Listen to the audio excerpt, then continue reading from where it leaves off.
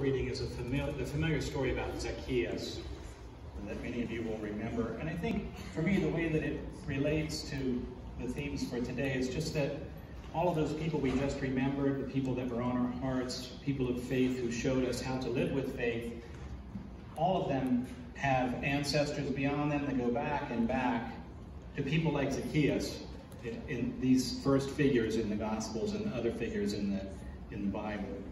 They are our ancestors of faith. That's why we keep telling these stories about them. And the striking thing about Zacchaeus is that he comes across he comes across more so than some other figures that show up briefly in the Gospels as a very human figure. We learn that he's very short. That's why he has to climb the tree. We learn that he's very rich. And not only that, he's a chief tax collector, a chief defrauder of the people on behalf of the Roman Empire. So he's despised by his neighbors. And yet he has this encounter with Jesus that transforms him and becomes one of our ancestors in faith, one of the people who have shaped us. It's from Luke chapter 19. Jesus entered Jericho and was passing through it. A man was there named Zacchaeus. He was a chief tax collector and he was rich. He was trying to see who Jesus was, but on account of the crowd he couldn't because he was so short in stature. So he ran ahead and climbed a sycamore tree to see him because he was going to pass that way. And this is a little aside, but this year I learned from Bob Cothran that it was actually a sycamore fig, which is an indigenous tree to Palestine.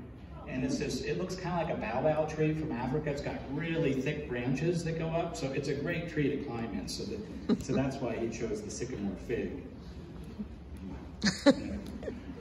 When Jesus came to the place, he looked up and said, "Zacchaeus, hurry and come down, for I must stay at your house today." So he hurried down and was happy to welcome him and probably shocked. All who saw it began to grumble and said, "He has gone to be the guest of one who is a sinner."